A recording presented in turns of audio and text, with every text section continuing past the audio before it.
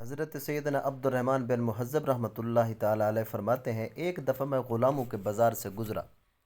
دلال کو دیکھا کہ وہ ایک غلام کو بیچتے ہوئے کہہ رہا تھا، میں اس کو اس کے عیب پر بیچتا ہوں۔ میں نے دلال سے پوچھا، اس میں کیا عیب ہے؟ اس نے کہا، اس سے پوچھ لیجئے۔ میں نے غلام کے قریب جا کر اس سے دریافت کیا، تجھ میں کیا عیب ہے؟ اس نے بتایا، اے میرے آقا، میرے عیوب بہت زیادہ ہیں، مجھے نہیں معلوم کہ میں لوگوں میں کس عیب سے مشہور ہوں۔ میں نے دلال سے کہا، مجھے یہ بتاؤ کہ اس میں کیا عیب ہے؟ اس نے کہا، اسے جنون کی بیماری ہے۔ میں نے غلام سے پوچھا، تجھے مرگی کب ہوتی ہے؟ کیا ہر سال یا ہر ماہ یا ہر جمعہ؟ اس نے کہا، اے میرے آقا، جب محبت کی بیماری دل پر غالب ہوتی ہے تو تمام اعضاء میں سرایت کر جاتی ہے، اور جب دوسرے اعضاء پر غالب آتی ہے تو محبت کا شمار تمام جسم میں پھیل جاتا ہے، اور عقل محبوب کی یاد میں کھو جاتی ہے، دل مستغرق ہو جاتا ہے، بدن ساکن ہو جاتا ہے، اور جاہل اس کو جنون سمجھتے ہیں۔ حضرت سیدنا عبد الرحمن فرماتے ہیں، مجھے معلوم ہو گیا کہ یہ غلام اللہ عز و جل کے اولیاء میں سے ہے۔ میں نے دلال سے کہا، غلام کتنے میں بیچو گے؟ اس نے 200 درہم بتائے تو میں نے 220 درہم دے دیے، اور غلام کو گھر کے قریب لا کر اس سے کہا، اندر داخل ہو جاؤ۔ اس نے انکار کرتے ہوئے پوچھا، کیا آپ کے گھر والے ہیں؟ میں نے کہا، جی ہاں۔ اس نے کہا، غیر محرم کی طرف کون دیکھ سکتا ہے؟ میں نے اسے کہا، تجھے اجازت ہے؟ اس نے کہا، اللہ پناہ عطا فرمائے، جب بھی آپ کی کوئی حاجت ہوگی تو میں اس کو دروازے کے باہر ہی سے پورا کر دوں گا۔ بہرحال میں خاموش ہو گیا اور اسے اس کے حال پر چھوڑ دیا۔ پھر اس کے لیے کھانا لایا تو اس نے کہا، میں روزے دار ہوں۔ جب رات ہوئی میں رات کا کھانا لایا تو اس نے کہا، مجھے بھوک نہیں، اور وہ گھر کی چوکھٹ پر ٹھہر گیا۔ آدھی رات کو جب میں اس کے پاس گیا تو دیکھا کہ وہ قیام کی حالت میں نماز پڑھ رہا ہے، اور اسے میرے آنے کا علم نہ ہوا۔ جب نماز سے فارغ ہوا تو سجدہ کیا اور بہت رویا۔ میں نے اس کی مناجات سنی، وہ کہہ رہا تھا، اے میرے رب عز و جل، سب بادشاہوں نے اپنے دروازے بند کر دیے ہیں، لیکن تیرا دروازہ سیلوں کے لیے کھلا ہوا ہے۔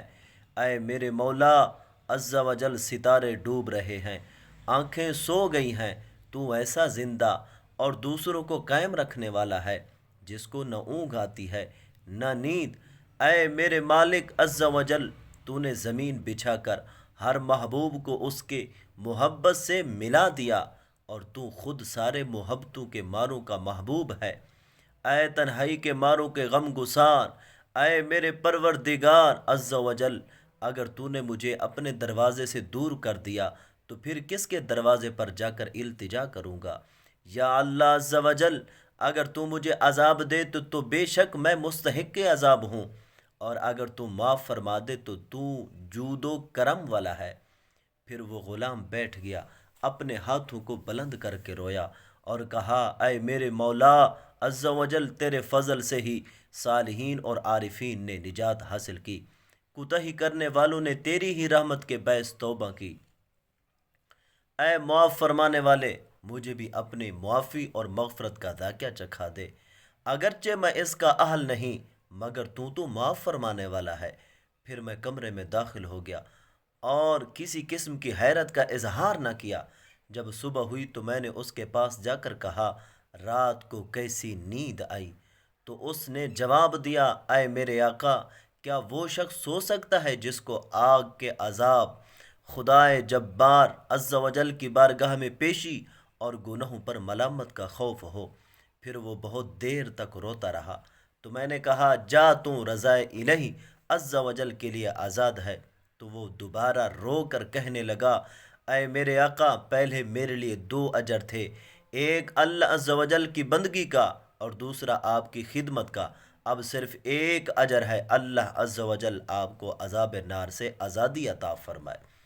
حضرت سیدنا عبد الرحمن فرماتے ہیں، پھر میں نے اس کو کچھ خرچ دیا مگر اس نے قبول نہ کیا اور کہنے لگا رزق کی ذمہ دار وہ زندہ ہستی ہے جس کو موت نہیں۔ پھر وہ نکل کھڑا ہوا اس حال میں کہ اس کے چہرے پر غم کا اثر عیاں تھا۔ میں نہیں جانتا کہ وہ کہاں گیا۔ سبحان اللہ عز و جل، اس غلام کو اللہ عز و جل کی ملاقات کا کس قدر شوق تھا اور مطلوب کے فوت ہونے پر کس قدر غم۔ اے غفلت کی قید میں جکڑے ہوئے، اگر تو امید کی وادی میں جھانکے گا تو دیکھے گا کہ عبادت گزاروں کے خیمے سمندر کے ساحل پر ٹوٹے ہوئے ہیں۔ اللہ عز و جل ارشاد فرماتا ہے، کانوا قلیلا من اللیل ما یہجعون، وہ رات میں کم سویا کرتے اور تو غم زدہ پرندوں کو غم کی ٹہنیوں پر مسحور کن آواز میں یہ گنگناتے ہوئے سنے گا۔ وبالاسحار ہم یستغفرون، اور پچھلی رات استغفار کرتے۔ رات پوے تے بے دردانو نیند پیاری آوے، درد مندانو یاد سجان دی ستیاں آن جگاوے۔